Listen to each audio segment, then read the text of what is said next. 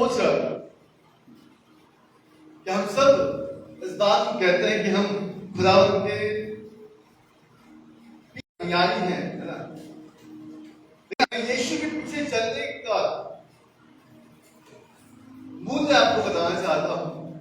यीशु मसीह के पीछे चलने का मूल्य क्या है? क्योंकि अगर आप यीशु मसीह के पीछे चल रहे हैं, है ना, तो आपके फल भी वैसे ही होंगे ना। हालेलुया। कितने लोगों ने देखा है कि कोई किसी को फॉलो करता है? कभी देखा क्या किसी को? किसी भी फॉलोअर को आपने देखा है? कोई फुटबॉल का क्या बोलते हैं फॉलोअर है, या कोई क्रिकेट के किसी व्यक्ति को बहुत ज्यादा फॉलो करता है, कोई एक्टर्स को बहुत फॉलो करता है, देखा है क्या आपको? है ना? जब आप देखोगे तो कैसा दिखता है फॉलोअर? दिखता कैसा है? कभी देखा है क्या? कभी फील किया क्या इस चीज? हाँ, मैंने बहुत लोगों को देखा। मैं आर्टिस्ट के विषय में बात नहीं कर रहा हूं जो एक दूसरे की जुबान को कॉपी किया कर, मैं उनकी बात नहीं कर रहा हूं। मैं उनकी बात कर रहा हूं जो किसी को ऐसी आराधना करता है मानो उसकी पूजा कर रहा है। मैंने ऐसे बहुत लोगों को देखा जिसने अपना पूरा जीवन जो है उसके पीछे ढाल दिया। और क्यों डाल दिया? क्योंकि वो उसको बहुत पसंद करता है, उससे बहुत प्रेम करता है, और इसीलिए उसने अपना पूरा लुक जो है, उसने अपने अस्तित्व को खत्म किया और उसके अस्तित्व को अपने अंदर में क्या किया? ढाल दिया।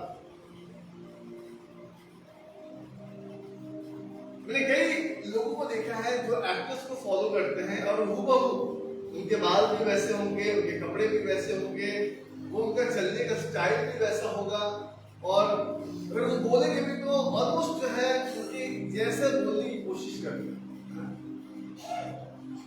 और आप देखोगे तो वो व्यक्ति उसके पीछे इतना मतलब मदहोश रहता है, इतना खोया हुआ रहता है कि वो अपना सब कुछ जो है उसके पीछे समर्पित करता है। मैंने एक व्यक्ति को देखा जो एक एक्टर को फॉलो करता था,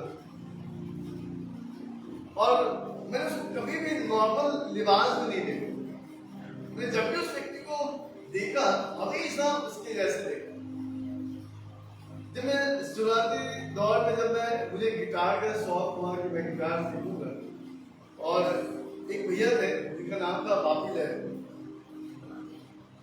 उनका नाम भी बापी लहरी था, उनका लहरी वो इंस्पायर होकर रखे थे, उनका नाम बापी कुछ और था, और हूबहू बाल वैसे लंबा, यहाँ से उनका बाल गायब था, है ना, और यहाँ पर बहुत से जेवर। और मैं जब भी उनको देखता था, उनके पास भी जाता था, तो मुझे बहुत हंसी छूटती। इसलिए मुझे हंसी छूटती थी क्योंकि वो अपने उस लाइफ स्टाइल में उन्होंने सब कुछ, है ना, अपना जॉब, अपना सब कुछ जो है उसी में उन्होंने क्या किया? निछावर कर दिया। बाइबल बताते हैं कि हम और आप यीशु मसीह के फॉलोअर्स हैं। We are the follower of Christ. हम यीशु मसीह के अनुयायी हैं, और जब हम यीशु मसीह के अनुयायी हैं तो हमें कैसा होना चाहिए? मैं आपका ध्यान जो है लूका के सुसमाचार की ओर ले जाना चाहूंगा ताकि आप इस बात को समझें, क्योंकि वहां पे लिखा है यीशु का चेला बनने का मूल्य। क्योंकि जो यीशु मसीह के चेले बनते हैं उनको उसका मूल्य भी चुकाना पड़ता है। अब लूका उसके 9 अध्याय उसके 57 पद से और 62 वचन को हम लोग पढ़ेंगे, और वहां पे इस प्रकार से लिखा है कि जब वे मार्ग में जा रहे थे तो किसी ने उससे कहा, जहां जहां तू जाएगा मैं तेरे पीछे हो लूंगा। यीशु ने उससे कहा, लोमड़ियों के भट्ट और आकाश के पक्षियों के बसेरे होते हैं, पर मनुष्य के पुत्र को सिर ढकने की जगह नहीं। उसने दूसरे से कहा, मेरे पीछे हो दे। उसने कहा, हे प्रभु, मुझे पहले जाने दे कि अपने पिता को गाड़ दूं। तीसरे व्यक्ति ने, जब 60 वचन को आप पढ़ेंगे तो उसने मुझसे कहा कि मेरे मरे हुओं को अपने मुर्दे गाड़ दे, पर तू जाकर परमेश्वर की राज की कथा सुना। इसके बाद तीसरा व्यक्ति एक और ने भी कहा, हे प्रभु, मैं तेरे पीछे हो लूंगा, पर पहले मुझे जाने दे कि अपने घर के लोगों से विदा ले आऊं। यीशु ने उससे कहा, जो कोई अपना हाथ हल के पीछे देखता है वो परमेश्वर के राज के योग्य नहीं। अब आप देखिएगा यहां पर यीशु मसीह 3 लोगों को और 3 बातें बताते हैं। जब पहला व्यक्ति ने यीशु मसीह को कहा कि तू जहां जहां जाएगा मैं वहां रहूंगा, मैं वहां तेरे साथ बसेरा करूंगा, तो यीशु मसीह ने कहा कि लोमड़ियों के भट और आकाश के पक्षियों के बसेरे होते हैं, पर मनुष्य के पुत्र को सिर ढकने की जगह नहीं। अब एक व्यक्ति जो यीशु मसीह का अनुयायी है, जो यीशु मसीह के पीछे चला जाता है, जो यीशु मसीह का चेला है, बाइबल उसको बताती है कि देख, जो यीशु मसीह के पीछे चलेगा उसको एक मूल्य चुकाना पड़ेगा। आमीन, हालेलुया। अपनी बात समझ रहे हैं? क्योंकि अगर आप यीशु मसीह के पीछे चल रहे हैं, अगर आपके पास वो मूल्य नहीं है, आप उस मूल्य को नहीं चुका पा रहे हैं, तो आप यीशु मसीह के पीछे नहीं चल पाएंगे। और इसलिए यीशु मसीह ने उस व्यक्ति से कहा कि लोमड़ियों के भट और आकाश के पक्षियों के बसेरे होते हैं, लेकिन मनुष्य के पुत्र को सिर ढकने की भी जगह नहीं है। यानी कि जो व्यक्ति यीशु मसीह के पीछे चलने वाला था या चलने की इच्छा जाहिर कर रहा था, यीशु मसीह ने उसे पहले ही कहा, देख भैया, तू मेरे पीछे चलना चाहता है, लेकिन मैं तुझसे पहले कह देता हूं कि मेरे पास ना तो छत है ना ही घर, मैं जहां जाता हूं वहीं पर टिक जाता हूं। यानी कि एक व्यक्ति को जो यीशु मसीह के पीछे चलता है, उसे इस बात की चिंता करने की आवश्यकता नहीं कि उसके पास क्या है और क्या नहीं है, क्योंकि अगर वो इस बात की चिंता करता है तो वो यीशु मसीह के पीछे नहीं चल सकता। दूसरे व्यक्ति को यीशु मसीह ने कहा कि मेरे पीछे हो ले, तो उसने कहा कि हे प्रभु, पहले मुझे जाने दे कि अपने पिता को गाड़ दूं। उसने उससे कहा, मरे हुओं को अपने मुर्दे गाड़ दे, पर तू जाकर परमेश्वर की राज की कथा सुना। यानी कि एक व्यक्ति जो यीशु मसीह के पीछे चलता है, जो यीशु मसीह का फॉलोअर है या अनुयायी है, बाइबल इस बात को बताती है कि उसको इस बात को समझना पड़ेगा कि अगर वो यीशु मसीह के पीछे चल रहा है, उसको पहला प्रायोरिटी जो है, पहली प्राथमिकता जो है, वो परमेश्वर के राज को यानी कि परमेश्वर को देने की आवश्यकता है। इसलिए यीशु मसीह ने वहां पर उस व्यक्ति को कहा कि मरे हुओं को अपने मुर्दे गाड़ दे, पर तू जाकर परमेश्वर की राज की कथा सुना। हालेलुया, समझ में आ रहा है मेरी बात? हाँ?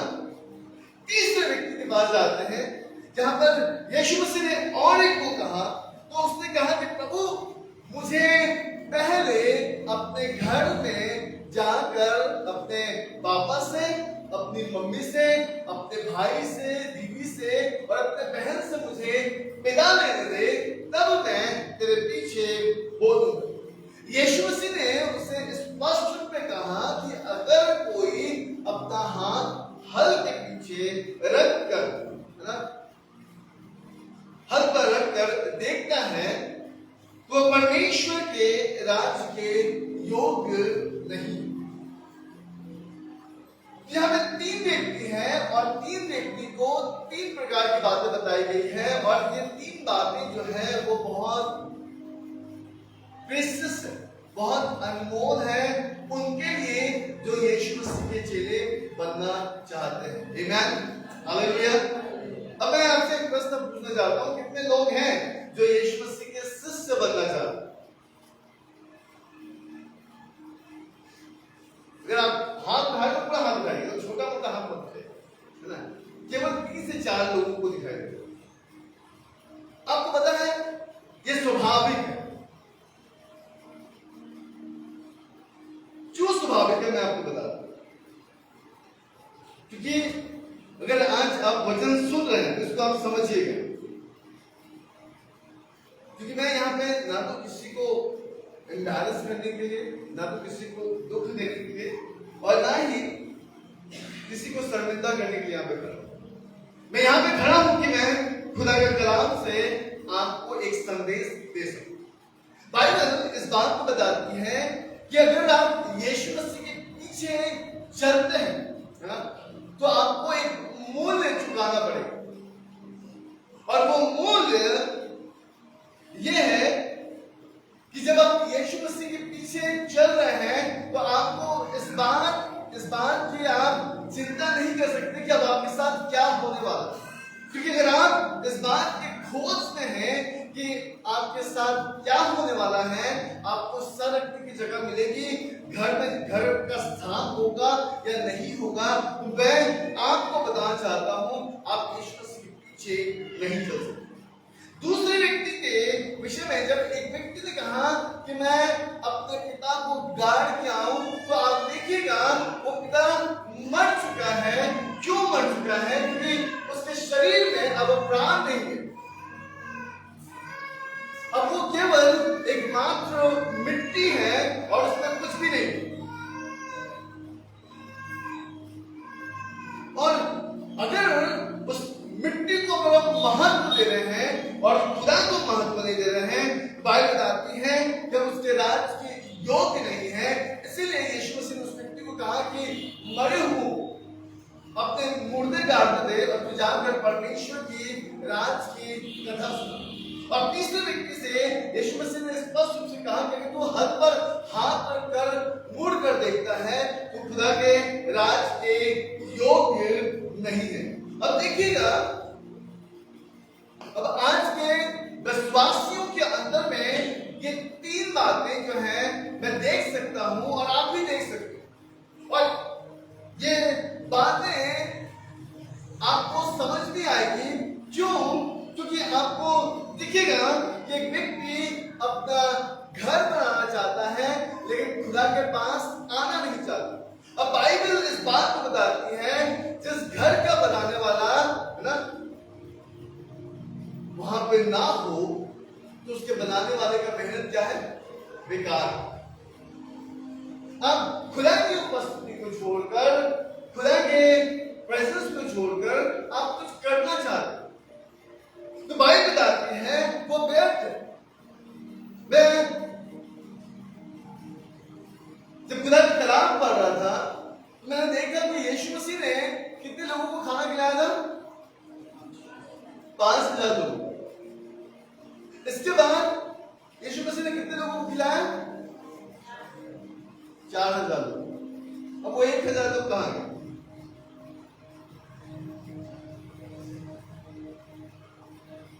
जब यीशु मसीह ने उन 4,000 लोगों को यह कहा कि तुम मुझे इसलिए राजा बनाना चाहते हो ताकि मैं तुम्हें क्या दूं?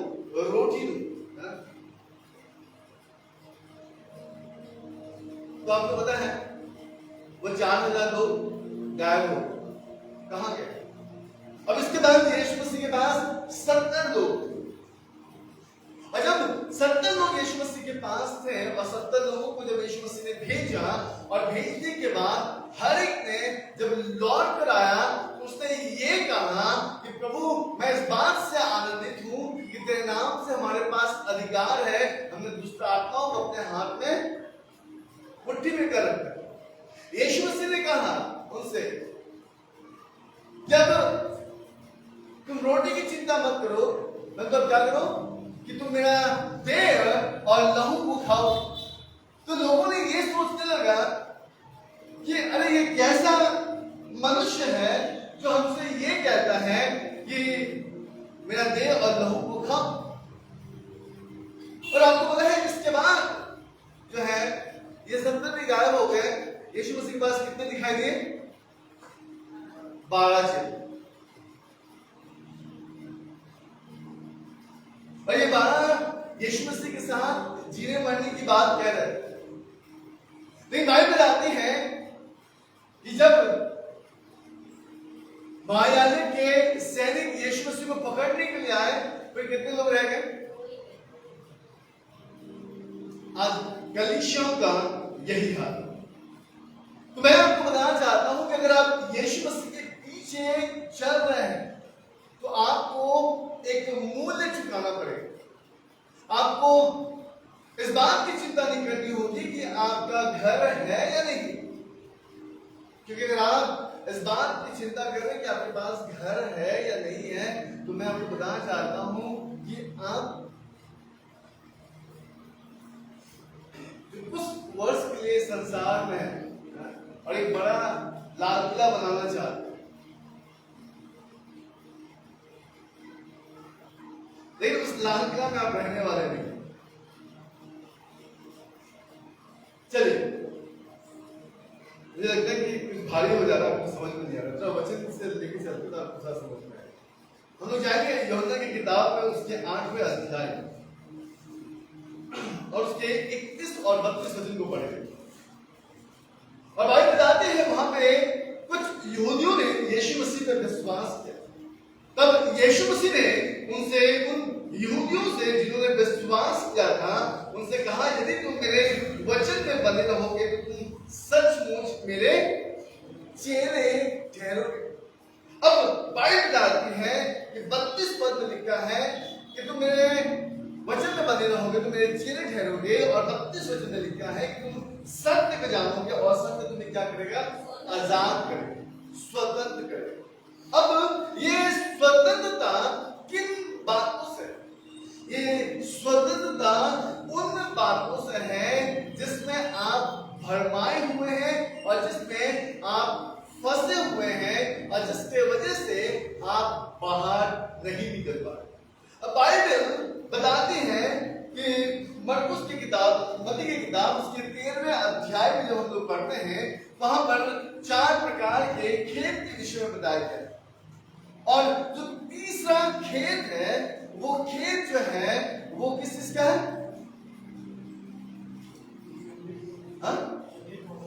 जंगली पौधों के बीच में वो दाने गिरते हैं। और जो जंगली पौधे के बीच में जो दाने गिरते हैं वो क्या करती हैं?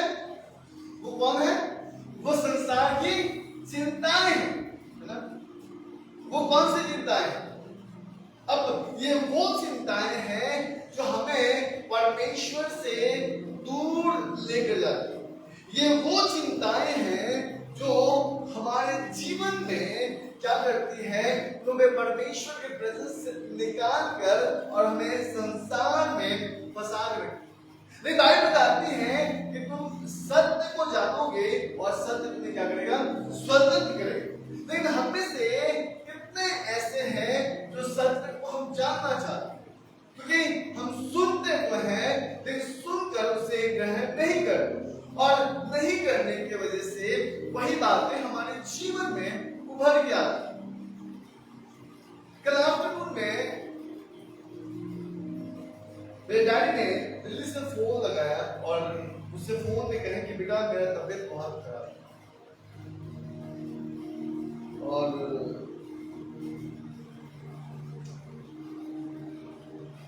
मेरे भैया का फ्लैट है लक्ष्मी नगर बोल के एक जगह है, वहीं पे, और मम्मी डैडी वहीं पे है। और सडनली मेरे डैडी ने मुझसे कहा कि बेटा मैं बहुत अनकंफर्टेबल फील कर रहा हूँ और मैं और भैया गए थे डॉक्टर के पास, लेकिन कुछ मुझे समझ में नहीं आ रहा है कि मेरे साथ क्या सडनली मेरे यूरिन से ब्लड क्लॉट निकलना और मेरे शरीर में इतना वीकनेस हो जाना। मैंने पापा से कहा कि आप चिंता मत करो। हेलो, मैंने कहा कि आप चिंता मत करो, आप अच्छे हो जाओ। मतलब मैं ये बात क्यों कह पाया कि आप अच्छे हो जाओगे, आप चिंता मत करो, क्योंकि मैं जानता हूं कि मैं परमेश्वर जो है वो हमको निराश नहीं करता। मैं परमेश्वर जो है वो असंभव बातों को भी संभव करता है। तो मैं आपको बताना चाहता हूं कि अगर आप सत्य को जानोगे तो सत्य क्या करेगा, आपको स्वतंत्र करेगा, ना कि आपको बंधुआई में बांध कर रखेगा। इसलिए एक व्यक्ति को जो यीशु मसीह पर विश्वास करता है, जो यीशु मसीह के पीछे चलता है, मुझे लगता है उसको वैसा ही होना चाहिए, उसको वैसा ही दिखना चाहिए, उसके स्वभाव के अंदर में वही बातें होनी चाहिए। इसलिए आप देखिएगा कि जब एक व्यक्ति यीशु मसीह के पास आता है और यीशु मसीह से कहता है कि प्रभु मैं चंगा होना चाहता हूं, तो यीशु मसीह क्या कहते हैं?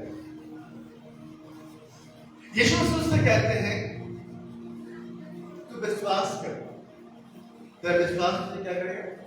चंगाई।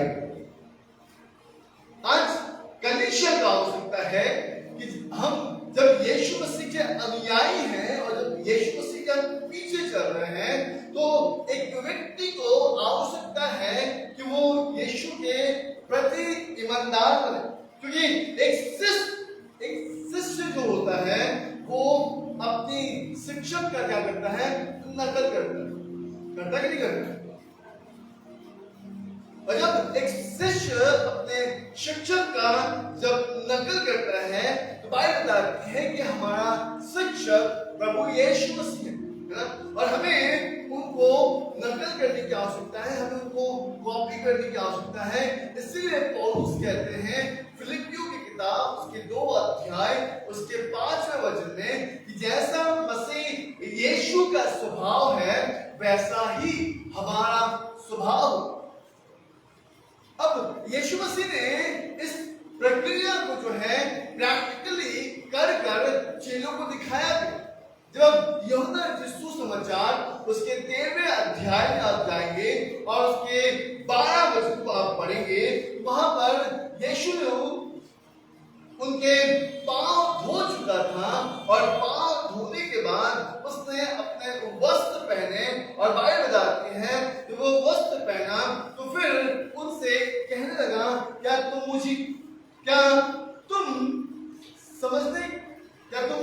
समझते हो कि मैंने तुम्हारे साथ ऐसा क्यों किया?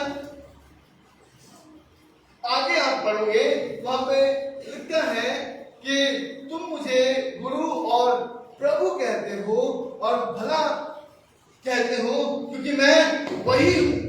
यदि मैं प्रभु और गुरु होकर तुम्हारे पांव धोए तो तुम्हें भी एक दूसरे के पांव धोने चाहिए, क्योंकि मैंने तुम्हें नमूना दिखाया है कि जैसा मैंने तुम्हारे साथ किया है वैसा ही तुम भी करो। अब यीशु मसीह ने इस बात को स्पष्ट किया है कि जैसा मैंने किया है वैसे ही एक शिष्य को रहने की आवश्यकता है। अगर वो यीशु मसीह के पीछे चलता, अगर वो यीशु मसीह के पीछे नहीं चलता और उन 10 कोड़ियों में से 9 कोड़ियों के समान है तो फिर कोई बात नहीं। अगर ये उन लोगों में से है जो केवल रोटी के लिए आते हैं तो फिर कोई बात नहीं।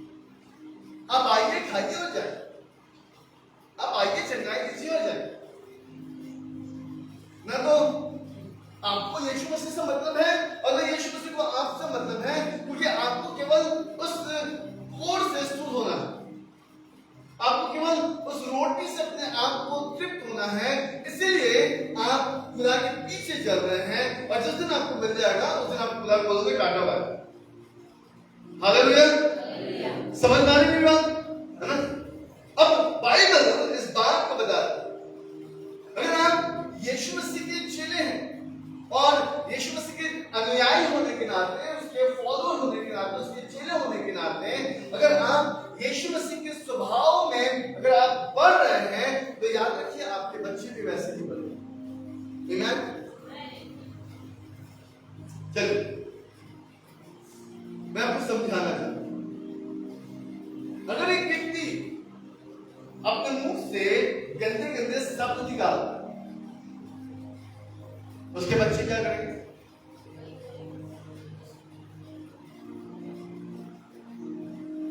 बोलेंगे या नहीं? क्यों बोलेंगे? क्योंकि उसका अभिषेक, जो गंदी अभिषेक है, वो बह रहा है। अगर एक व्यक्ति अपने मोबाइल में गंदी गंदी पिक्चरें देखता है, उसका बच्चा देखेगा कि नहीं?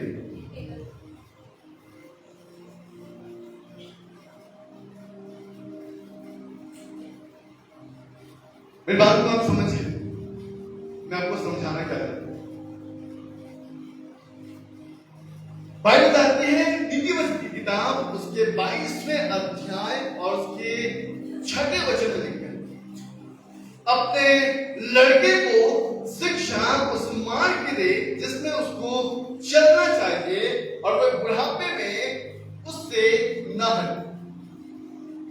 Train up a child in the way he should go, and when he is old, he will not depart from it. यानी कि खुदा का कलाम कहता है कि ट्रेन अप अ चाइल्ड, अपने बच्चे को ऐसी शिक्षा दो। अब आप ध्यान दीजिए, आप बच्चे को बोलने में शिक्षा दे सकते हैं। अगर मैं गलत कर रहा हूं, ध्यान दीजिए, मैं गलत कर रहा हूं और मैं अपने बच्चे को बोलूंगा कि बेटा ऐसा नहीं करना, गंदी बात है, बच्चा सुनेगा? क्यों नहीं सुनना चाहिए? क्या पापा बोल रहे हैं, उसके पिता बोल रहे हैं, उसको सुनना चाहिए मेरी बात, लेकिन वो क्यों नहीं सुनेगा? क्योंकि एक गंदे अभिषेक, एक गंदा चरित्र जो मेरे स्वभाव से मेरे बच्चे के अंदर जाता है। समझ रहा मेरी बात? अगर मैं लॉटरी खेलता हूं और उस टिकट को मैं काटता हूं कि मुझे कुछ पैसे प्राप्त हो, जिससे मेरा सुख और संपदा बना रहे और हमेशा का, और कभी कभी लग भी जाता है, कभी लाख कभी 2 लाख। अब उस पैसे को जब मैं घर में लेके आता हूं, है ना, तो घर वाले तो पूछेंगे भैया ये पैसे कहां से आए? हम क्या कहेंगे? वहां से आ रहे हैं। अच्छा, हम कहेंगे वहां से आ रहे हैं, पर हम कहीं भी कह रहे हैं ना, हम कहेंगे कि हम व्यापार करके हमने इस पैसे को कमाया है।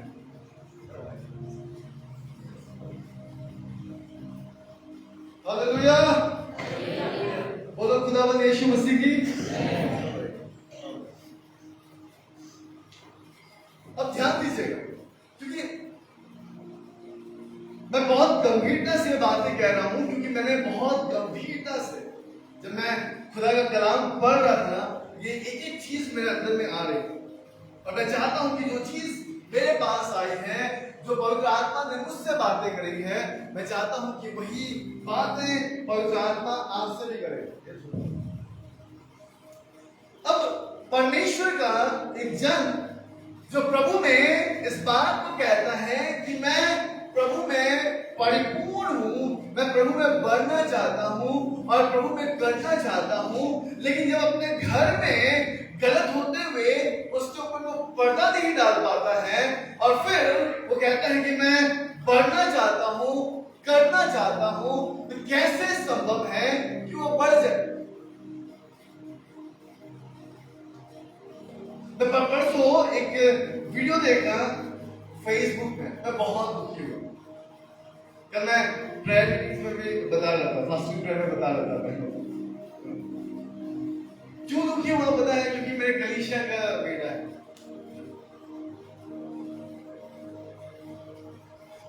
पता है क्यों? क्योंकि उसके पेरेंट्स ने कभी भी उसको टीचिंग्स नहीं दी, कभी भी उसको गाइड नहीं की।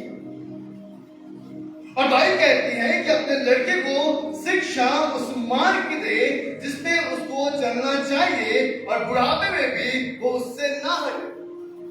अगर आप यीशु मसीह के पीछे चलने का दावा करते हैं और कहते हैं कि मैं यीशु मसीह के पीछे चल रहा हूं, लेकिन अपने जीवन में यीशु मसीह को आप फॉलो नहीं कर रहे हैं, उसको आप फॉलो अप नहीं कर रहे हैं, और ना करने की वजह से आपके गंदे स्वभाव जो है वो ऑटोमेटिक वो आपके बच्चे के ऊपर क्या हो रही है? ट्रांसफॉर्म हो रही है। इसलिए आप देखिएगा, आप सोच होंगे कि ये कैसे संभव है। तो मैं आपको बताना चाहता हूं, ये बिल्कुल संभव है। आपको पता है कि 430 वर्ष तक इस्राएल लोग बंधुआई में थे। कितने लोग जानते हैं? हाँ, जानते ना? पढ़ा आपने बाइबल? मिस्र देश में। और जब मूसा के माध्यम से जब खुदाबाद उनको मिस्र से बाहर लेकर जाता, और ये वो इस्राएली थे जो परमेश्वर की दुहाई दे रहे थे, ये वो इस्राएली थे जो लगातार गुहार लगा रहे थे और कह रहे थे कि खुदावंद हमें बचा ले, खुदावंद तू हमारी रक्षा कर, हमें इन तकलीफों से बाहर निकाल। परमेश्वर ने उससे प्रॉमिस किया कि मैं तुमको कहां लेके जाऊंगा? वाचा के नगर में लेके जाऊंगा। और सबको वहां ले जाने के लिए परमेश्वर ने मूसा को तैयार किया और मूसा को मिधान देश से वापस मिस्र के गोसेन देश में भेजता है। और फिरौन के साथ युद्ध होने के बाद जब वो वहां से उनको लेकर जब बाहर निकलता है, बाइबल बताती है कि वही लोग कुरकुराने लगे। और किसके लिए? बड़ी चीजों के लिए। आप देखिए, आप बड़ी चीजों के लिए नहीं कुरकुराते, आप किन बातों के लिए कुरकुराते हो? छोटे छोटे चीज, छोटे छोटे काम, वो भी कुरकुरा रहे थे। किसके लिए? वहां के मीट के लिए, वहां के चिकन के लिए। वहां के अदरक और लहसुन बहुत खूबसूरत थे, बहुत स्वादिष्ट थे, और उस गार्लिक और जिंजर के चक्कर में उन्होंने क्या किया? खुदा को क्रोधित कर दिया। आपको पता है परमेश्वर उनके पास से कभी नहीं हटा, परमेश्वर उनके साथ साथ था। और 40 वर्षों तक बाइबल बताती है कि उनको कुछ भी घट नहीं हुआ, ना तो उनके जूते फटे, ना तो उनके वस्त्र मैले हुए, यानी कि परमेश्वर हर जगह से उनको प्रोटेक्ट कर रहा था। और आपको पता है कि सब के सब जंगल में ढेर हो गए। कितने लोग जानते हैं कि जंगल में सबके सब ढेर हो गए? जानते ना? अब मुंह से आवाज दीजिएगा तो समझ में आएगा, है ना? हालेलुया। आप खुदा का कलाम सुन रहे हैं, एक व्यक्ति की बात नहीं सुन रहे हैं, आमीन? जब खुदा का कलाम आपसे बातचीत करता है तो सामने से आवाज दीजिएगा, बोलिएगा। अब बाइबल बताती है कि ये सब के सब जंगल में ढेर हो गए, तो पहुंचे कौन? उस प्रॉमिस लैंड में कौन पहुंचा? अब बाइबल बताती है कि वहां पे 2 लोगों का नाम है ना? मैं आपको एक कलाम में लेके जाना चाहूंगा। नंबर्स बुक ऑफ गिनती की किताब को आप खोलिए, उसके 32 अध्याय में आएगा, मेरे साथ जल्दी से उसके 13 वचन को पढ़िए। 32 का 13 वचन। अतः यहोवा का क्रोध हाँ हाँ हाँ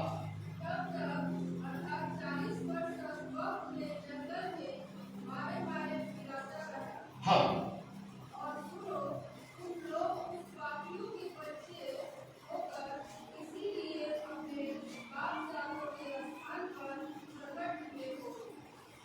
चलिए गीते की किताब उसके 32 अध्याय और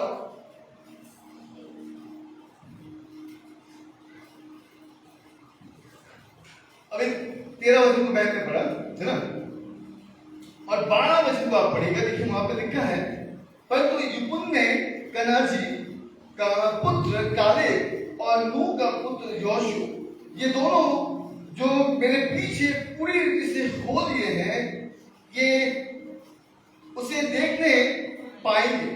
मतलब यही दो व्यक्ति हैं जो वहां पहुंचे, यानी कि बाकी सब लोग कहाँ हो गए? जंगल में ढेर हो गए।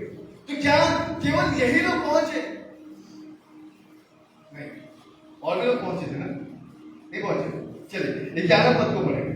देखिए वहां पे लिखा है, निसंदेह जो मनुष्य मिस्र से निकल आए और उनमें से जितने 20 वर्ष के या उससे अधिक आयु के हैं, वे उस देश को देखने ना पाएंगे जिनके देखने की सबक मैंने अब्राहम, इसहाक और याकूब से खाई है, क्योंकि वे मेरे पीछे पूरी रीति से नहीं हो लिए। हालेलुया। कितने लोग से? कितने वर्ष से? 20 वर्ष से, यानी कि 19 वर्ष तक, है ना। 20 वर्ष से नीचे के जितने बच्चे थे वो सब कहां पहुंचे? सब कहां पहुंचे? उस कनान नगरी में। अब बाइबल बताती है नीति वचन की किताब में, वहां पे लिखा है उसके 22:6 में कि अपने लड़कों को उस मार्ग की शिक्षा दें जिसमें उसको चलना चाहिए और वह बुढ़ापे में भी उससे न हटे। यानी कि आप ध्यान दीजिएगा कि 40 वर्ष तक जो माता पिता जंगल में चल रहे थे, जिनके बच्चे जो है 18, 19 और बाकी उम्र के बच्चे थे, उन्होंने अपने बच्चों को क्या नहीं किया था? ट्रेन नहीं किया, और उनको शिक्षा ना देने की वजह से आप देखिएगा कि ये लोग तो वहां पहुंच गए, इजराइल में पहुंच गए, लेकिन पहुंचने के बाद उन्होंने क्या किया?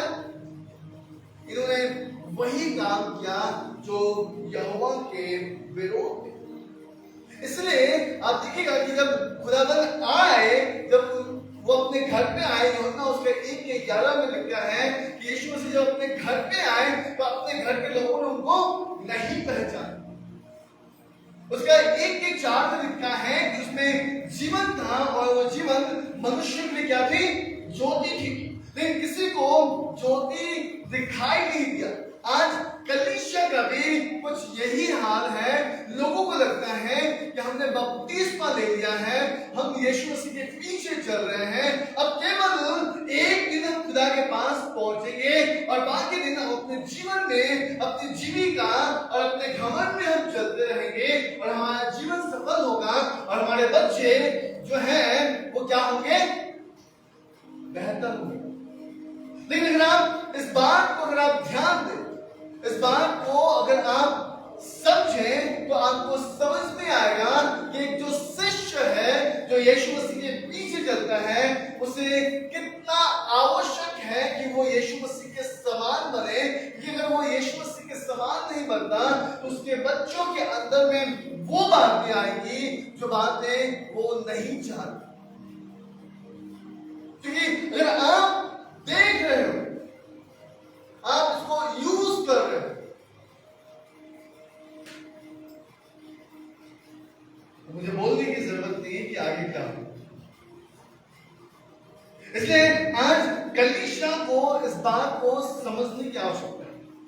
बाइबल बताती है, इफिसियों की किताब उसके 6 अध्याय उसके 4 वचन में लिखा है, वहां पे बहुत स्पष्ट रूप इस बात को बताया गया है, हे बच्चे वालों, अपने बच्चों को क्रोध न दिलाओ, उनको रीस न दिलाओ, परंतु प्रभु की शिक्षा और चेतावनी देते हुए उनका पालन और पोषण करो। आज हम क्या करते हैं? ओ ऐसा कर रहा है ना? और अच्छा क्या होता है? माता पिता से फिर मम्मी पापा को टेंशन हो जाता है, बच्चा कौन सा दिशा में जा रहा है। प्रभु हम तो प्रार्थना कर रहे हैं, आप कौन सी प्रार्थना कर रहे हो? कभी आपने अपने जीवन में को झांक कर देखा? आपका बेटा छोटा है, आपने उसको तब से कलीसिया में लाना आरंभ किया, आपने तब से उसको शिक्षा देना आरंभ किया। बाइबल बताते हैं तिमुथी की किताब उसके 3 अध्याय उसके 15 वचन में लिखा है कि बालकपन से, यानी कि छोटे से पवित्र शास्त्र को अगर आप देखें, वहां पर लिखा है कि बालकपन से तेरा पवित्र शास्त्र जाना हुआ है, तो जो तुझे मसीह पर विश्वास करने में और उद्धार प्राप्त करने में बुद्धिमान बना सकते। लेकिन आप देखो हम बच्चों को क्या करते हैं, घर पे छोड़ दिया। हमको लगता है हम आ गए, हमारे द्वारा तो हमारा घराना उद्धार पा ही जाएगा। पहले आप तो उद्धार पा जाओ। प्रॉब्लम ये है कि अभी कलीसिया में उद्धार कौन पाया हुआ है ये समझना बहुत मुश्किल।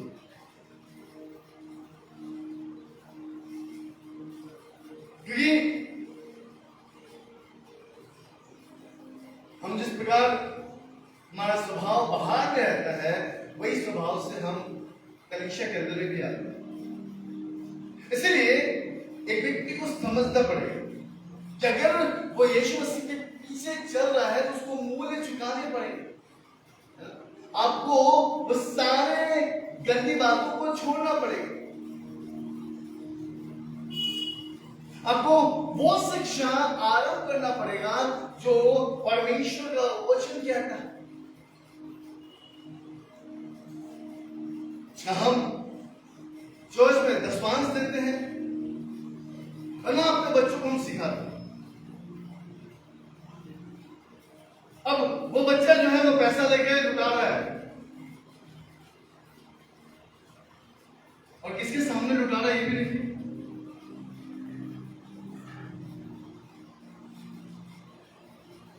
केवल अच्छे कपड़े पहना देने से, अच्छा खिला देने से आपके रिस्पॉन्सिबिलिटी नहीं खत्म हो जाती। परमेश्वर ने आपको संतान दिया है, परमेश्वर ने आपको बच्चे दिए हैं, और बाइबल बताती है कि आपको उन बच्चों को परमेश्वर के भय में बड़ा करने की आवश्यकता है। नहीं तो मैं आपको इस बात को बताना चाहता हूं कि याद रखिएगा कि आपका जीवन आपके बच्चे को ले बीतेगा और आपको समझ में भी नहीं आएगा, क्योंकि आपने अपने आचरण से, अपने स्वभाव से जो गलतियां आपने की हैं, वो गलतियां आपके बच्चे के ऊपर प्रकट हो रहा है। इसलिए मैं आपको बताना चाहता हूं, ध्यान से सुनिएगा। आप देखिएगा बाइबल बताती है जो गलती दाऊद ने करा था, दाऊद ने गलती किया था, कितने लोग जानते हैं? जानते ना? बाइबल में पढ़ा है ना आपने? बाइबल में पढ़ा है ना? है ना? और जब आप बाइबल में पढ़े होंगे तो आपको ये भी पता होगा कि जो दाऊद ने किया था वही उसका बेटा भी किया, हाँ? और किसी और के साथ नहीं, हाँ? तो बाइबल इस बात को बताती है कि जो मैं कर रहा हूं वो मेरे बेटे करेंगे, जो आप कर रहे हैं वो आपके बच्चे करेंगे। आप अपने बच्चों पे ब्लेम मत डालो कि मेरे बच्चे ऐसा क्यों है, क्योंकि आप वैसे हो। हालेलुया, ये बात समझ रहे हैं? आप वैसे हो इसलिए आपके बच्चे वैसे हैं, लेकिन अगर आप वैसे नहीं होंगे आपके बच्चे भी अच्छे होंगे। आमीन। इसलिए खुदा का कलाम कहता है, उत्पत्ति की किताब में आप जाइए, मेरे सजन से बोलिए, उसके 18 अध्याय उसके 19 वचन को प्रकाश जल्दी से पढ़िए। उत्पत्ति उसका 18 का 19।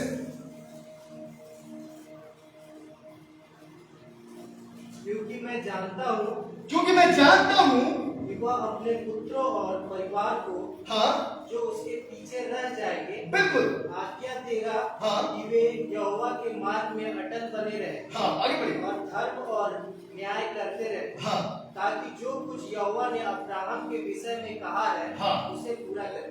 आमीन। आपको पता है ये किसके विषय में बात हो रही है? ये सदम गमोरा को नाश होने के विषय में वहां पर लिखा है। भाई बताते हैं, क्योंकि मैं जानता हूं कि वह अपने पुत्रों और परिवारों को जो उसके पीछे रह जाएंगे आज्ञा देगा कि वे यहोवा के मार्ग में अटल बने रहे। आपको पता है ये बाइबल बात करती है, वहां पे 17 पद में देखिए, वहां पे लिखा है तब यहोवा ने कहा यह जो मैं करता हूं उसे क्या अब्राहम से छिपा रखूं? अब्राहम से तो मैं निश्चय एक बड़ी और सामर्थी जाति उपजाऊंगा और पृथ्वी के सारी जातियां उसके द्वारा आशीष पाएंगी, क्योंकि मैं जानता हूं कि वह अपने पुत्र और अपने परिवार को जो उसके पीछे रह जाएंगे आज्ञा देगा कि वे यहोवा के मार्ग में अटल बने। बताती हमें अब्राहम से सीखने की आवश्यकता है कि अब्राहम ने अपने पुत्र को इसहाक को किस प्रकार की शिक्षा दी थी। इसलिए बाइबल बताती है कि जब इसहाक का विवाह करने का समय आया तो अब्राहम क्या किया, अपने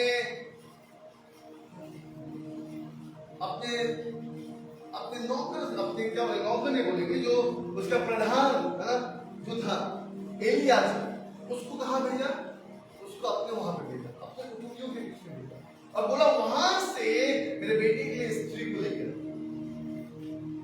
उसने अन्य जाति के बीच में ढूंढने के लिए नहीं कहा, वो चाहता तो कोई भी अब्राहम के बेटे से शादी कर सकता था, क्योंकि अब्राहम बहुत धनवान और सब लोग चाहते भी थे।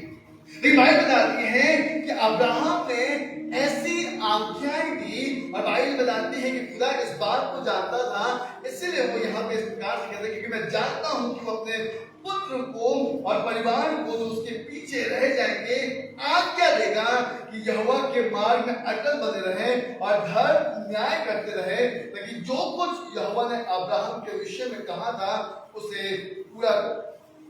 यानी बाइबल कहती है कि आज हमें भी आवश्यकता है कि हम अपने बच्चों को ऐसी ही शिक्षा दें, क्योंकि अब्राहम खुद ऐसी शिक्षाएं अपने अंदर में रखा था। आज हमारे अंदर में किस प्रकार की शिक्षा है, हम कैसे शिक्षाओं को लेकर चल रहे हैं? हमको लगता है कि केवल हम खुदा के पास आएंगे, प्रभु के दास को बोलेंगे हाथ रख दे, प्रार्थना कर दे, बस हम घर चले गए। कब तक अल्पविश्वासियों के समान हम जिएंगे? कब तक प्रभु के दास से हाथ पटवाते रहेगा? कब आप खुद प्रार्थना करना सीखिएगा? कब आपके मुंह खुलेंगे? कब आप खुदा की कथा को सुनाने लगेंगे? कब आपके मुंह से खुदा का शब्द बयान होगा? कि बाइबल कहती है कि जैसा हम हैं वैसा मेरे बच्चे भी हैं। ये जड़ तो मैं ही हूं, समझ में आ रहा है? जड़ मैं हूं, फल तो वैसे ही होगा ना। अब जड़ में ही गड़बड़ है तो फल में कीड़ा आ रहा है, तो आप क्या फल में नमक डालोगे क्या? कहां डालोगे? अनार का पेड़ देखा है? जब कीड़ा आता है, किसके घर में अनार का पेड़ है?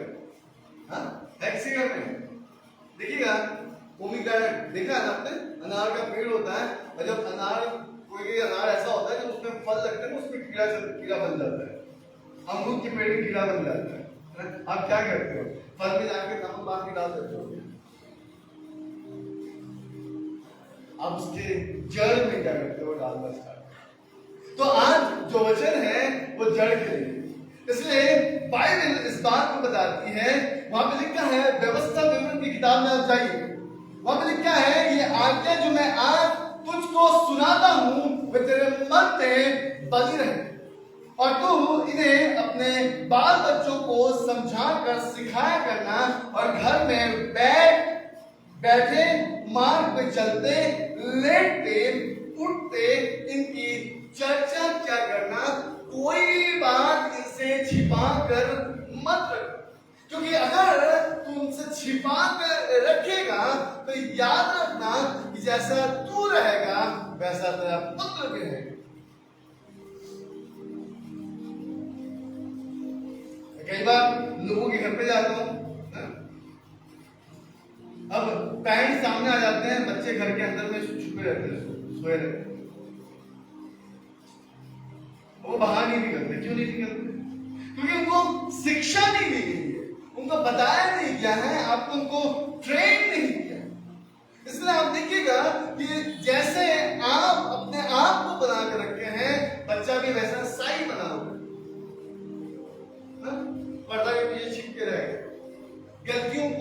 छिपा कर रखे। लेकिन जब आप अपनी गलतियों को जब खुदा के सामने मान लेते हैं, याद रखिएगा आपका बच्चा भी आपके सामने गलतियों को मान लेगा। क्यों मान लेगा? क्योंकि आपने खुदा के भय में थे, इसलिए आपका बच्चा आपके भय में चलता है। हालेलुया। लेकिन अगर आप खुदा के भय में नहीं रहोगे, याद रखिएगा कि आपका बच्चा भी खुदा के भय में नहीं चलेगा। मेरे पास समय बहुत कम है, लेकिन मैं चाहूंगा कि आज आपको थोड़ा सा खुदा के कलाम से मैं शिक्षा दूं। मैं चाहूंगा कि आप व्यवस्था वचन की किताब में आइए, उसके 4 अध्याय में और उसके 9 वचन को आप पढ़िएगा। वहां पे लिखा है एक अत्यंत आवश्यकता पढ़िए क्या लिखा हुआ? यह अत्यंत आवश्यक है अपने विषय में सचेत रहो कि तुम अपने विषय में सचेत रहो और अपने मन की बड़ी चौकसी करो और अपने मन की अच्छे से ख्याल रखो, अच्छे से चौकसी करो। कहीं ऐसा ना हो कि जो बातें तुमने अपनी आंखों से देखी, जो बातें तुमने अपने आंखों से देखी है उनको भूल जाओ और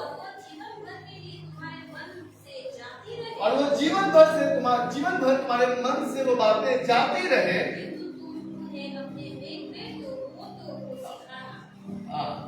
अब देखिए वहां पे लिखा है कहीं ऐसा हो कि बातें जाती रहे, परंतु तुम उन्हें अपने बेटे पोतों को सिखाना। इसलिए खुदा के कलाम कहता है ये बहुत आवश्यक है। एक मसीह विश्वासी का, एक मसीह अनुयायी का, एक मसीह चेला का जो यीशु मसीह के पीछे चलता है, बाइबल बताती है उसके लिए बहुत आवश्यक है कि तुम अपने विषय में क्या रहो? सचेत रहो, देखते रहो कि हम खुदा के पीछे चल रहे हैं कि नहीं।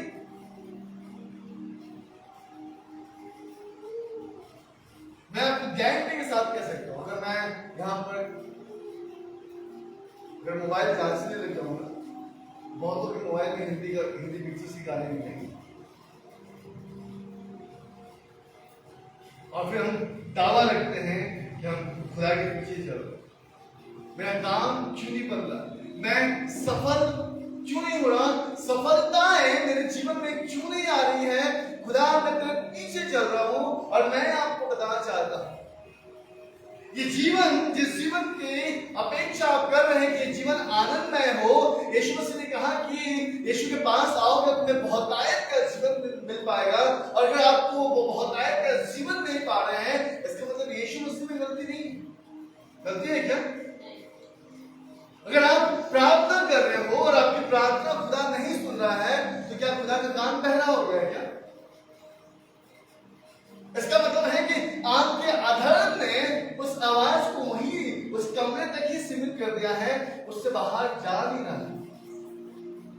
यानी कि खुदा का कलाम ये कहता है ये बहुत अत्यंत आवश्यकता है कि अपने विषय में हम सचेत रहें और अपने मन में क्या करें? हम चौकसी रखें कि कहीं ऐसा ना हो कि जो अद्भुत बातें हमने कलीसियाओं में देखा है, जो अद्भुत बातों की टेस्टिमनीज हमने सुनी है, जिन बातों के विषय में हमने व्यवस्था में पढ़ा है, जिन बातों के विषय में खुदा ने हमें दर्शन दिया है, कहीं उन बातों को हम भूल न जाए।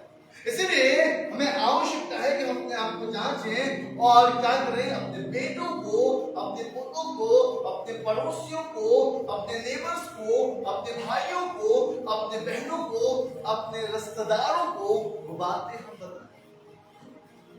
अगर आज हम चूक रहे हैं, यानी कि आपको समझ में आना चाहिए कि आप यीशु मसीह के पीछे आने का जो मूल्य है, उस मूल्य को आप नहीं चुका।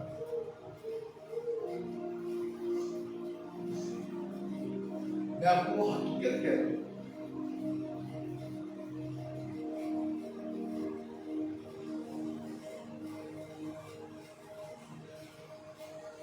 इसका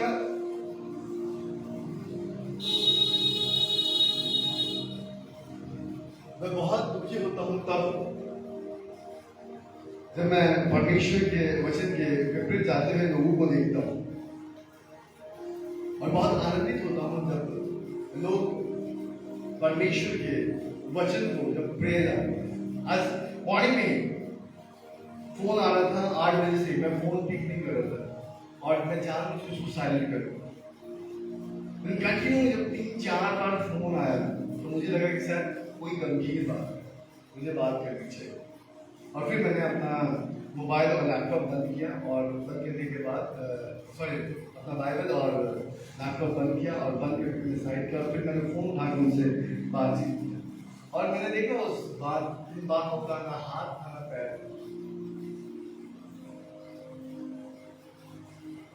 मैंने बस वापस साहब को कहा कि कल बात करें, कल इत्मीनान में आते हैं, इत्मीनान में बात करें, ठीक है? अभी मुझे चर्च नहीं करना है, मैं लेट हो रहा हूँ। और फिर भी करते करते 15 मिनट में चले गए और मैसेज कहता हूँ कि जब मैं रविवार की सुबह जब कोई फोन आता है ना, मैं बहुत डिस्टर्ब हो जाता हूँ। मैंने अपने वाइफ को भी कहा है कि कितना भी कुछ हो जाए रविवार की सुबह मुझे कॉल करते, मुझसे बातें मत कर। रविवार की सुबह मैं केवल परमेश्वर से सुनना चाहता हूँ और केवल परमेश्वर से बातें करना चाहता हूँ।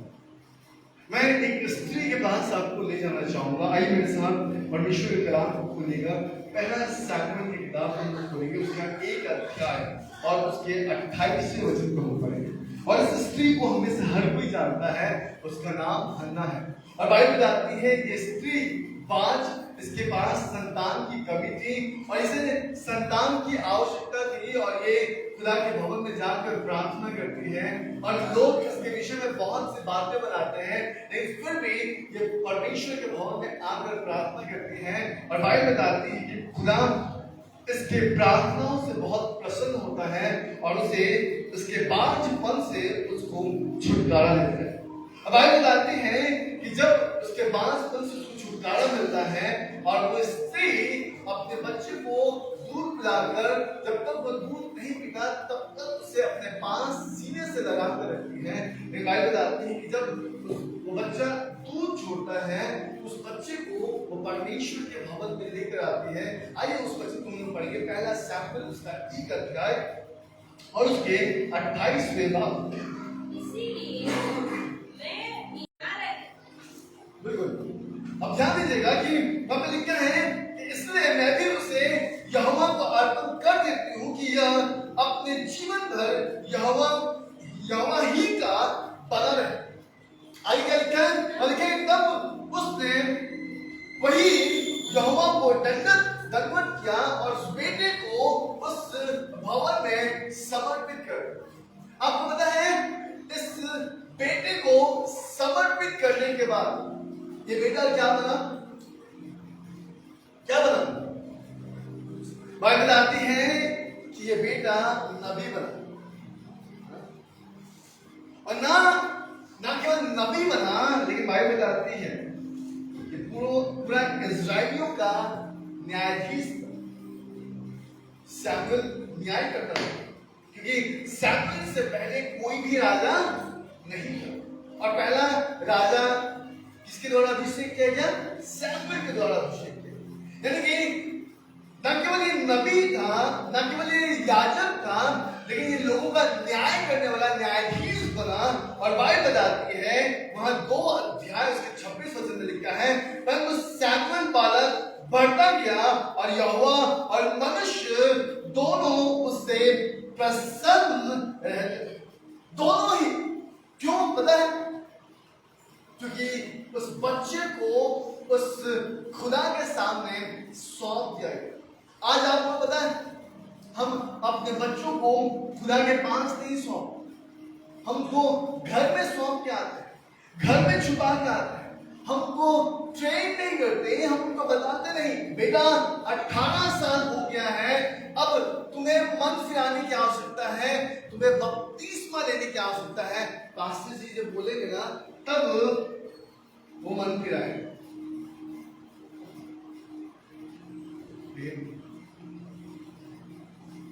हम नहीं बोले, क्यों नहीं बोले?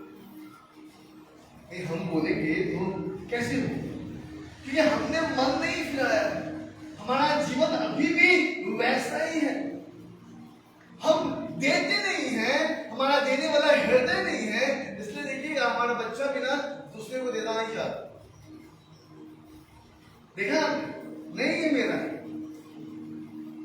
दो भाई के बीच में झमेला होता है, ये मेरा है, ये मेरा है, दोनों ऐसे ऐसे करते।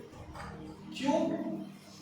पापा एक ही है, मम्मी एक ही है, मम्मी लेके आई, पापा लेके आए, नहीं दोनों भाई बोले ये मेरा है, उसका नाम लिखा है, नाम नहीं लिखा है।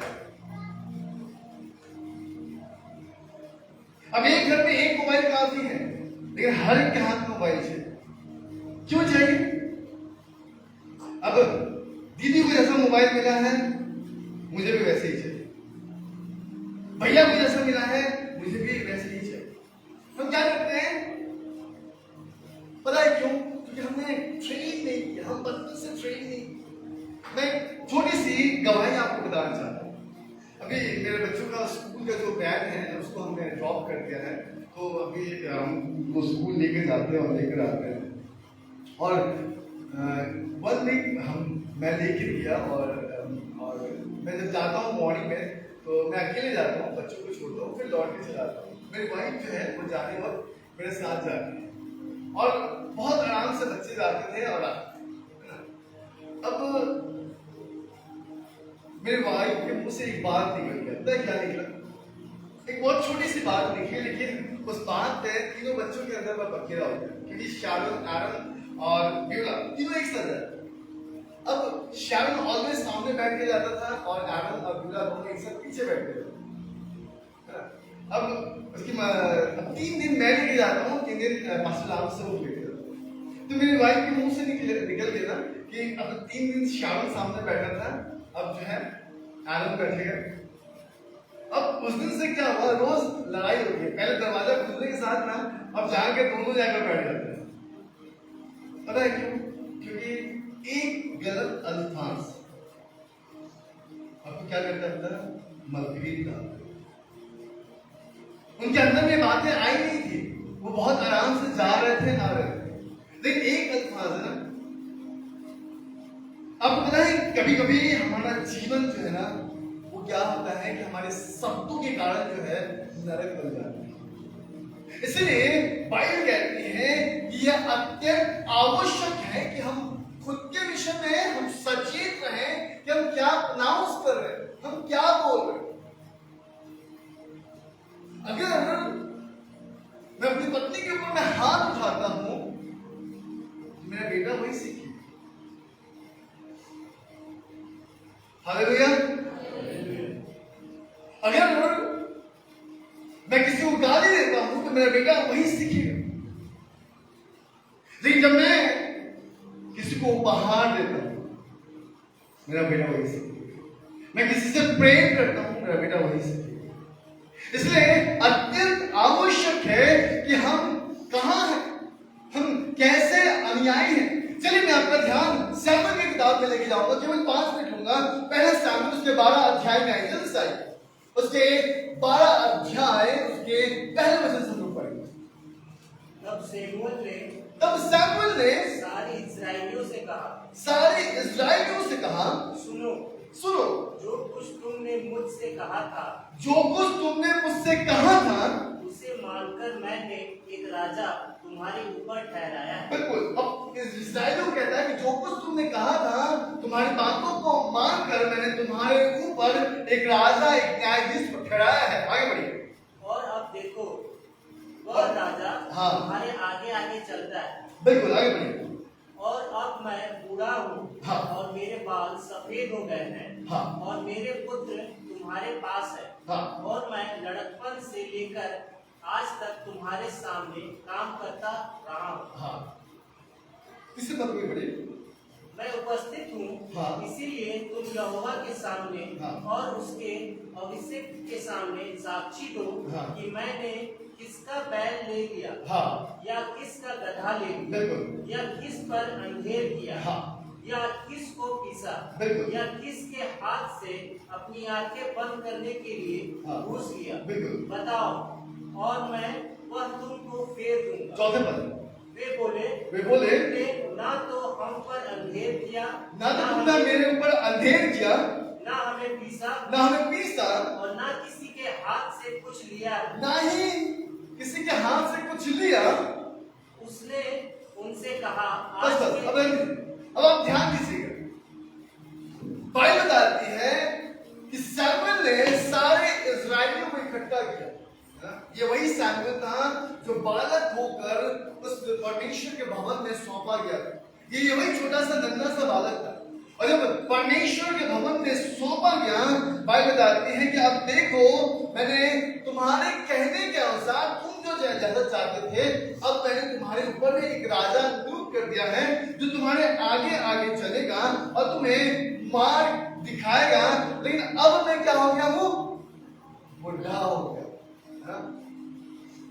अब मेरे बाल पक गए हैं, मैं थक जाता हूं और लड़कपन से लेके आज तक तुम्हारे सामने काम करता रहा। लड़कपन मतलब छोटे से लेकर बुढ़ापे, मैं तुम्हारे पास काम करते रह गया।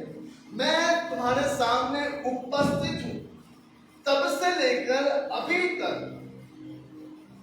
साक्षी दो कि मैंने किसका बैर ले लिया, या किसी का अन्याय से मैंने कुछ ले लिया, या किसी से मैंने करप्शन से, धोखे से पैसे ले लिए। अगर मैंने ऐसा किया है तो मुझे बता दो, मैं तुम्हें वापस कर दूं। ये कौन कह रहा है?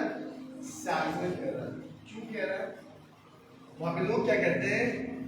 वे बोले, ना तो तूने हमें अंधेरा किया, ना हमें पीसा, और ना ही किसी के हाथ से कुछ दिया।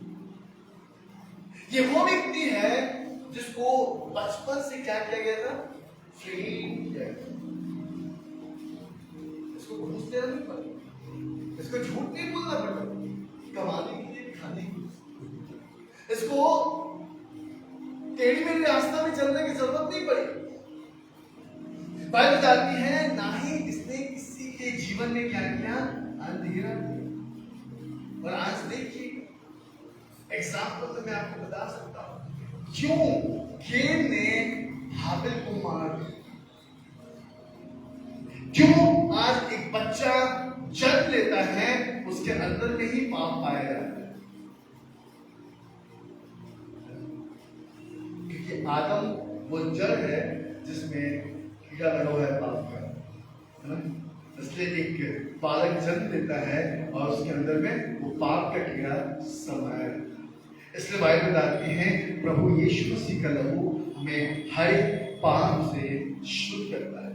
आज हम किस प्रकार के मसीह अनुयायी हैं? आज हम कैसे यीशु मसीह के पीछे चलने वाले हैं? जो लोग दूर से यीशु मसीह का अनुसरण करते हैं, जो कहते हैं कि दूर से हम आराधना कर रहे हैं, दूर से हम प्रार्थना कर रहे हैं, हम चर्च नहीं आ रहे तो क्या हुआ? प्रार्थना तो कर रहे हैं, हम संगति में तो बने हुए हैं, हम तो प्रभु के साथ हैं। आपको पता है दूर से वो लोग कैसे होते हैं? आपको पता है वचन में लिखा है, मत्ती 26 अध्याय उसका 58 वचन को पढ़े, वहां पे लिखा है कि जो दूर से कहते हैं ना कि हम आराधना कर रहे हैं, हम प्रार्थना कर रहे हैं, हम मसीह में हैं, तो हम तो चल ही रहे हैं।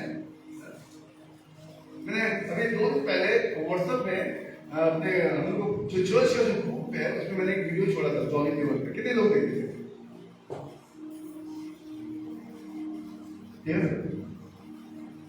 हम पता है जॉनी लीवर क्या कहते हैं? अरे मैं मानता हूं, मैं यीशु को मानता हूं। उसकी पत्नी क्या कहती है?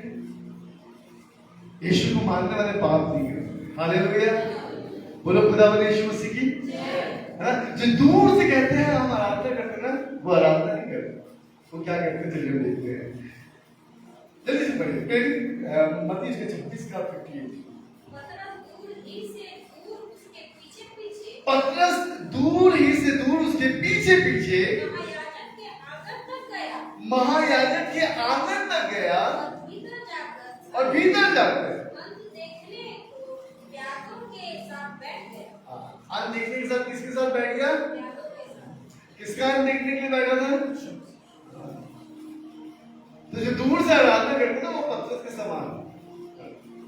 अब बाइबल कहती है कि पीटर के समान यानी पतरस के समान जो यीशु का अनुसरण करना चाहते हैं या फिर करते हैं और अपने जीवन में उसकी उपस्थिति को जानना चाहते हैं, लेकिन वे दूर ही रहते हैं, वो कभी भी खुदा के करीब नहीं आते। इसलिए बाइबल बोलती है कि उसके दो कारण वो क्यों खुदा के पास नहीं आते। तो सबसे पहली बात है, शायद हो सकता है कि वो अपने परिस्थितियों से डरते हैं, और दूसरी बात हो सकता है कि वो अपने असुविधा के कारण वो खुदा के पास नहीं आते। ये दो बात हो सकती है, एक तो वो अपने परिस्थिति से डरता है इसलिए खुदा के पास नहीं आता, दूसरा उसके जीवन में असुविधा, मतलब उसके जीवन की क्या कहेंगे उसको, असुविधा मतलब सोच के समझ लीजिए, ट्रांसपोर्टेशन समझ लीजिए, या फिर फाइनेंशियली हालत को भी आप समझ सकते हैं, या फिर और भी बातें भी हो सकती है जो भी उनके पर्सनल से। लेकिन बाइबल बताती है कि जब वो दूर ही रहकर खुदा की आराधना करते हैं तो वो पतरस के समान आराधना करते हैं, क्योंकि पतरस दूर से ही खुदा का अंत देख रहा है। और फिर वहां पे क्या किया, दूर से देखना था, क्या किया, 3 बार इनकार किया। अब देखिए, दूर दूर दूर दूर दूर रहेगी ना, और जब परिस्थितियां आ जाएगी ना, आप पता है आपको इनकार करने में घड़ी भी नहीं लगेगी, सेकंड भी नहीं लगेगा, आप खुदावंद का इनकार करोगे। इसलिए बाइबल बताती है कि आप हम में से हर एक को आवश्यकता है 3 बातें, अगर आप चाहो तो लिख सकते हो क्योंकि मैंने लिखा है। यदि कलीसिया जब कठिनाइयों से गुजरती है तो इसमें शामिल नहीं हो। जब कलीसिया किसी परिस्थिति से गुजरती है, परसिक्यूशन से गुजरती है और कलीसिया को प्रार्थना की आवश्यकता होती है, तब ये लोग शामिल नहीं होते, वे दूर से कहते हैं कि हम तो प्रार्थना करें। दूसरी बात, ये केवल तभी उपस्थित होते हैं जब इनका मन सुविधाजनक होता है, यानी कि जब इनको सुविधा लगता है कि हमें खुदा के पास जाना चाहिए, तभी ये खुदा के पास पहुंचते हैं और खुदा के वचन का अध्ययन करते हैं, खुदा के वचन को मेडिटेट करते हैं। लेकिन जब इनका मन अच्छा नहीं होता, घर पर बैठे रहते हैं, मन अच्छा नहीं है, घर छोड़ लीजिए, तो आप किससे आराधना करें? आप कैसे अनुयायी हो कि आपका मन प्रभु के पास जाने से खराब हो जाता है? मैं तो कई बार हाई फीवर में यहां से खड़ा होकर प्रचार किया हूं, और जब मैं यहां से नीचे उतरूंगा फीवर, कई बार मैं असुविधाओं में भी खुदा के पास आया हूं और मैंने देखा कि खुदा ने उस असुविधाओं में भी उसने मुझे छुटकारा दिया। बाइबल बताती है, पृथ्वी की किताब उसके 12 अध्याय में लिखा है, पौलुस कहते हैं ना कि मेरे पीठ में कांटा चुभाया गया है। मैंने खुदा से 3 बार प्रार्थना की और खुदा ने कहा कि मेरा अनुग्रह तेरे पास काफी है। आज मुझे नहीं पता कि आप अपने बच्चों को कौन सी शिक्षा दे रहे हैं, लेकिन याद रखिए, अगर आप गलत हैं, आप कभी उम्मीद मत कीजिएगा कि आपके बच्चे अच्छे होंगे, चाहे वो मैं हूं चाहे वो आप हो। इसलिए याद रखिएगा कि आप यीशु मसीह की पीछे चल रहे हैं। पास्टर अंकुर नरोला कहते हैं कि मैं उनका एक वचन सुन रहा था, वो कह रहे थे कि हम कभी भी खुदा में बढ़ नहीं पाते, हम प्रॉस्पर नहीं हो पाते, संपन्न नहीं हो पाते, क्योंकि हम खुदा से अलग हैं। अगर हम खुदा में जुड़े रहेंगे तो हम बहुत फल फलेंगे, और खुदा से अलग होकर हम अपने जीवन में कुछ भी नहीं कर पाएंगे। तीसरा पॉइंट मैं लिखा, मैं आपको बता देता हूं, और वो ये है कि वे खुद को, वे मतलब कौन, जो दूर से आराधना करते हैं, जो दूर दूर रहते हैं, वे खुद को, अपने आप को एक अच्छा मसीही रूप में देखते हैं और इस बात से आनंदित रहते हैं कि खुदावन के साथ, जैसे कि इजराइलियों को लग रहा था कि खुदावन के साथ, लेकिन सब के सब जंगल में भीड़ हो गई। तो आज की सुबह मैं आपसे आपको बताना चाहता हूं कि अगर आप अपने जीवन में पत्थर के समान अगर आराधना करें, दूर दूर है, याद रखिएगा आपके बच्चे भी दूर दूर होंगे, और आप खुदा के करीब होंगे, याद रखिएगा आपके बच्चे भी खुदा के करीब जाएंगे। याकूब की किताब में लिखा है कि अगर आप खुदा के करीब आएंगे तो खुदा आपके करीब आएंगे। इसलिए दूर से अनुसरण, जो खुदा को अनुसरण करते हैं वो क्या करते हैं आपको पता है? क्या करते हैं? वो मसीह का इनकार करते हैं।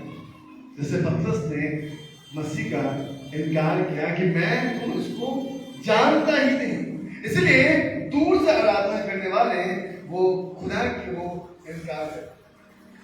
और सिंपल और आखिरी बात मैं आपको बताना चाहता हूं कि जो व्यक्ति सिखाए गए सत्य के वचन को अगर अपने जीवन में लागू नहीं करता और उसको इनकार करता है, वो मसीह का शिष्य कभी नहीं हो सकता और ना ही उसके घर के लोग हो सकते। इसलिए यहोशू की किताब उसके 24वें अध्याय और उसके 15 वचन को आप पढ़ेगा, क्यों यहोशू कहता है कि तुम्हें जो मार्ग चुनना है चुन लो, लेकिन मैंने चुन लिया है कि मैं और मेरा घराना खुदा की सेवकाई करेगा।